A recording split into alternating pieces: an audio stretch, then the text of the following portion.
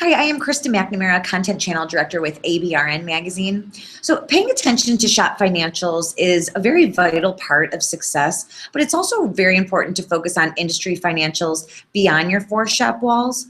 So I'm here with Brad Mewes. He's a shop management consultant and author of the blog Supplement Financial Insight for the Automotive Industry Professional.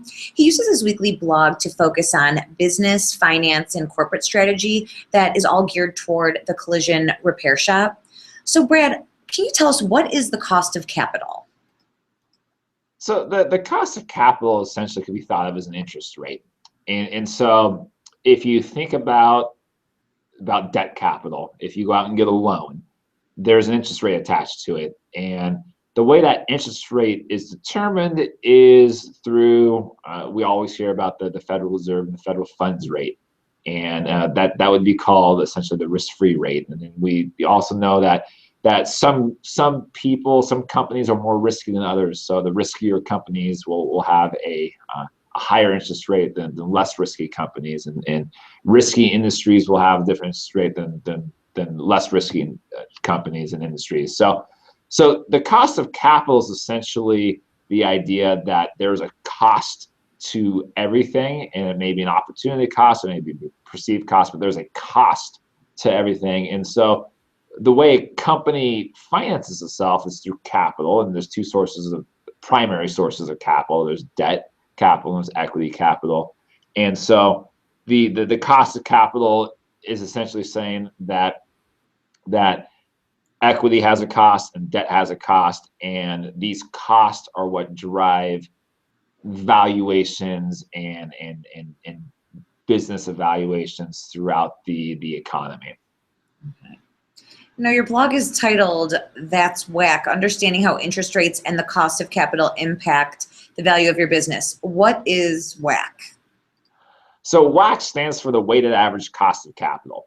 And so, as I was saying, the weighted average cost of capital is expressed as a percentage or as an interest rate. And an interest rate is essentially the compensation that the market demands for bearing the risk of investing in a certain project. And so the weighted average cost of capital is essentially, you could think of as a good way to think about it is how risky is this business? If they have a high cost of capital, that means the market is demanding a premium for investing in this sort of business. If they have a low cost of capital, the market is essentially saying, well, this is a pretty stable business. We are comfortable investing in this business. We don't need to demand such a high rate of return because we're confident we're gonna recoup our capital.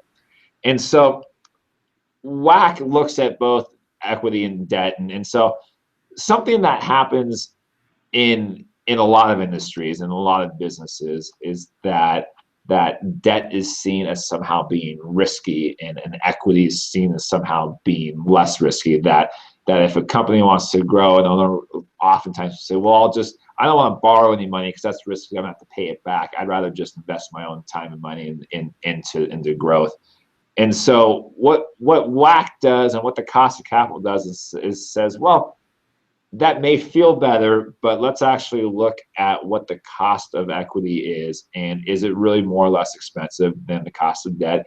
And can you take on debt in a way that allows you to grow systematically and profitably, even though you have to pay somebody else back? So there's a lot of complexity on how these formulas are developed. I won't get into them here because they're super nerdy, but there's a lot of complexity, and the essence of it is that there's a risk-free rate that comes from the government, and then there's a what we call an equity risk premium or a company-specific risk premium. And depending on your specific situation, you're going to have higher borrowing costs or higher equity costs or lower equity costs.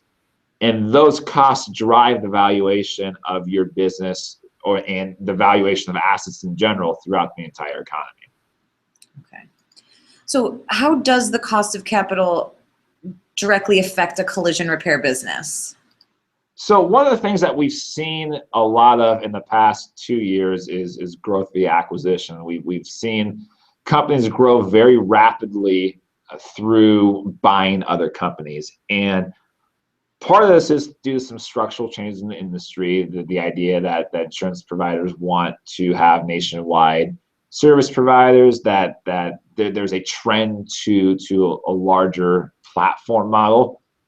But there's a big part of it too, is that as interest rates are lower, that lowers your overall cost of capital for a company. And when you are doing a valuation of a company or valuation of an asset, the lower the cost of capital, lower the risk premium on that asset, the more valuable that it becomes. And so what we've seen on a nationwide structural macro level is that we've seen years of low interest rate policy from the federal government, which has created a overall lowering of the risk premium through all asset classes.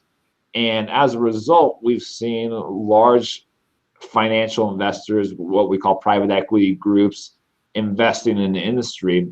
And they're investing in the industry because they are able to acquire the capital at a lower cost and invest it in these companies and generate a higher return than they otherwise would. So the why this is important for the collision industry is that oftentimes we get caught up in our own worlds and we think, oh, well, the collision industry is the only industry consolidating. But if you look around, you also see consolidation in auto dealerships.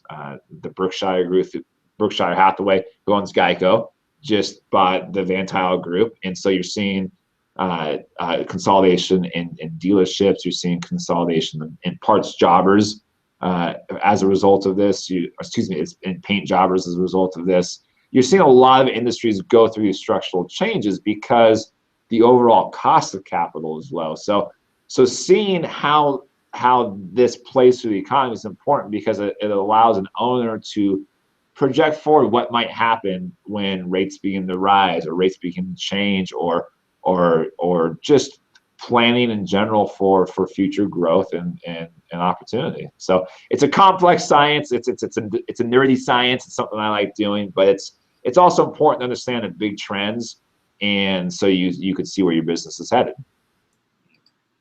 Well, thank you, Brad, for your time. To learn more and to read the full article, That's Whack, Understanding How Interest Rates and the Cost of Capital Impact the Value of Your Business, you can visit abrn.com/thatswhack or visit Brad's blog at sup-co.com. Thank you.